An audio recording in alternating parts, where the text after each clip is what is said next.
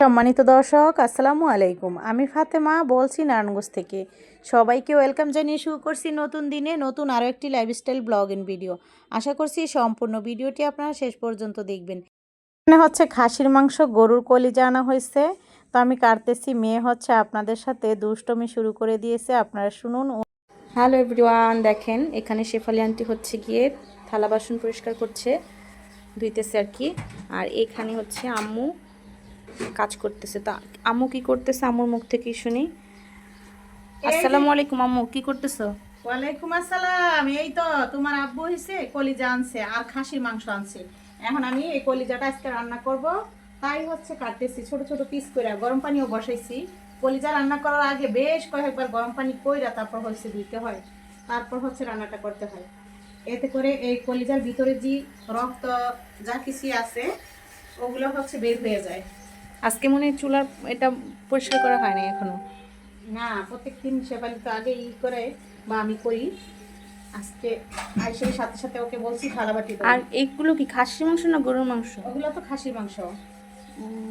হ্যাঁ, আমার মেয়ে হচ্ছে শোনেন, আমার মেয়েকে বলে কি, আমি যখন পেজে ভিডিও আপলোড করি একটু ছোট মানুষের ভিডিওটা করতে লেগে, হ্যাঁ, তখন হ্যাঁ লজ্জা লাগে। এখন হ্যাঁ অফ ক্যামেরায় থাইকা এই যে আমি কি করতেছি হেডি নিয়ে হ্যাঁ ফিরা দিছে, এখন এডি রাইছে হ্যাঁ ভিডিও বানাইতে, বুঝলেন?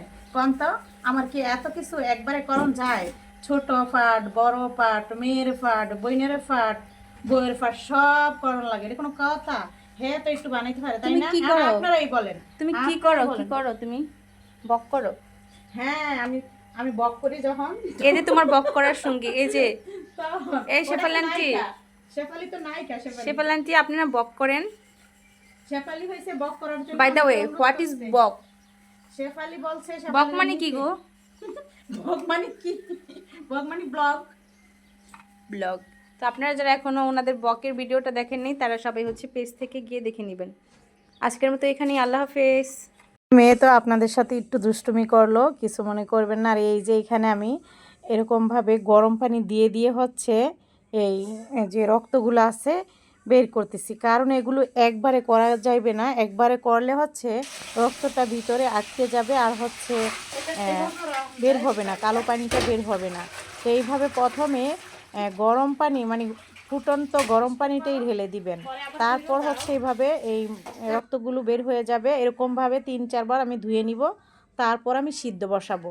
সিদ্ধ বসালে পুরোপুরিটা আবার যা ওঠার, এই যে এরকম গরম পানি দা ভিজার কারণে অনেকটা ভিতরের গুলো আগলা হয়ে যাবে রক্ত, তারপর হচ্ছে এইভাবে সিদ্ধ দিলে এরপর বাকিটুকু আবার বের হবে, ময়লা টলা যা আছে এই আর কি। প্রথম ধাপেই যে এরকমভাবে আমরা অনেকে কী করি, সিদ্ধ করে ফেলি, সেটা করা যাবে না। সেটা করলে ভিতরের যে ময়লাটা থাকে সেটা কিন্তু বের হয় না। এই পাশে কড়াই বসিয়ে দিয়েছি আর তেজপাতা, গরম মশলা, পেঁয়াজ কুচি দিয়ে দিয়েছি। শেফালি তো ওই পাশে কাজ করতেছে, কাপড় চোপড় ধুইতেছিল। যাই হোক, পেঁয়াজটা ব্রাউন কালার হয়ে গেছে।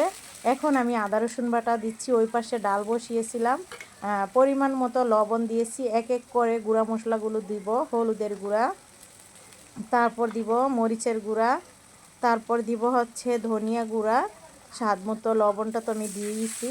তারপর এখানে কিছু পানি দিয়ে ভালো মতো মশলাটাকে কষাতে হবে। আমি এইভাবে মশলাটাকে বেশ কিছুক্ষণ কষিয়ে নিয়েছিলাম অফ ক্যামেরাতে। তারপর আমি হচ্ছে এই কলিজাগুলো দিয়ে দিচ্ছি।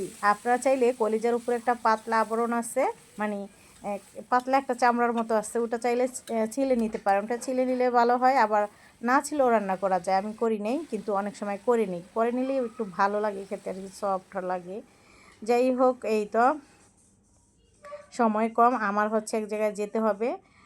ইদানিং প্রত্যেকটা দিনই হচ্ছে 2:30টার দিকে রেডি হয়ে আমরা থেরাপি দেওয়ার জন্য চলে যাই, এই আর কি।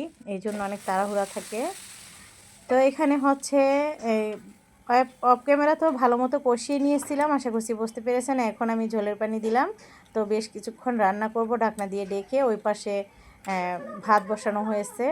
অন্য অন্য রান্নাগুলো ওই পাশের চুলাতে আমরা কমপ্লিট করে। আমরা দামে কি করে তালাক দিয়ে দিস না ছাইড়া দিছে না তালাক দিয়ে দিস না আমি এখন কম মধ্যে ছাইড়া কি দেখিস কালকেরটা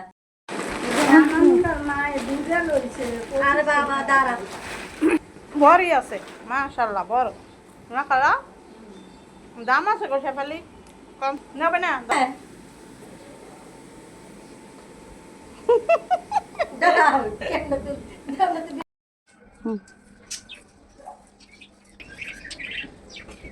বসে। আমার হাসে হাকু করছে। পাশে বিছানাপাতি গুছগাছ করা হলো, বিছানাগুলো ঝেড়ে দিয়েছি, শেফালি ঘরটর ঝাড়ু দিতেছে।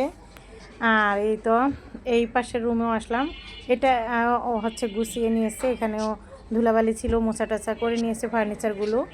তো এই যে এইখানটাতে আবার মেয়ে হচ্ছে গুছিয়ে নিয়েছিল। তো যাই হোক, এই সব মিলিয়ে আপনাদের সাথে শেয়ার করা। তো আমি এটা নিয়ে একটু দুষ্টুমি করতেছি, দেখুন। এটা হচ্ছে আমরা যে দোল চত্বরে গিয়েছিলাম, সেইখান থেকে মাটির জিনিসপত্র আনছিলাম, সেই সময় ঘরের কিছু জিনিসপত্র আনছিলাম। তো এইভাবে করে হচ্ছে রান্নার ফাঁকে ফাঁকে আমরা হচ্ছে ঘর টরগুলো গুছাই, বা আগেও ডাইনিং টেবিলগুলো ক্লিন করে তারপর হচ্ছে রান্না করে চলে আসি। রান্না করার আগে আবার চুলা টুলা সব কিছু মুছে টুচি পরিপাটি করে একবারে রান্নাটা বসাই। যাই হোক, এই তো রান্নাও করে ফেললাম, আর এক এক করে হচ্ছে সব নিয়ে আসলাম। আর ছাইফুল চলে গেছে দোকানে, আপনাদের ভাইয়া এখন বাসায় আসবে, এই তো এসে পড়েছে। বললাম আমি এক জায়গায় যাব, লেট হয়েছে কেন। তো আজকের মতো ভিডিওটি এখানে শেষ করছি। সবাই ভালো থাকবেন, আল্লাহ হাফেজ।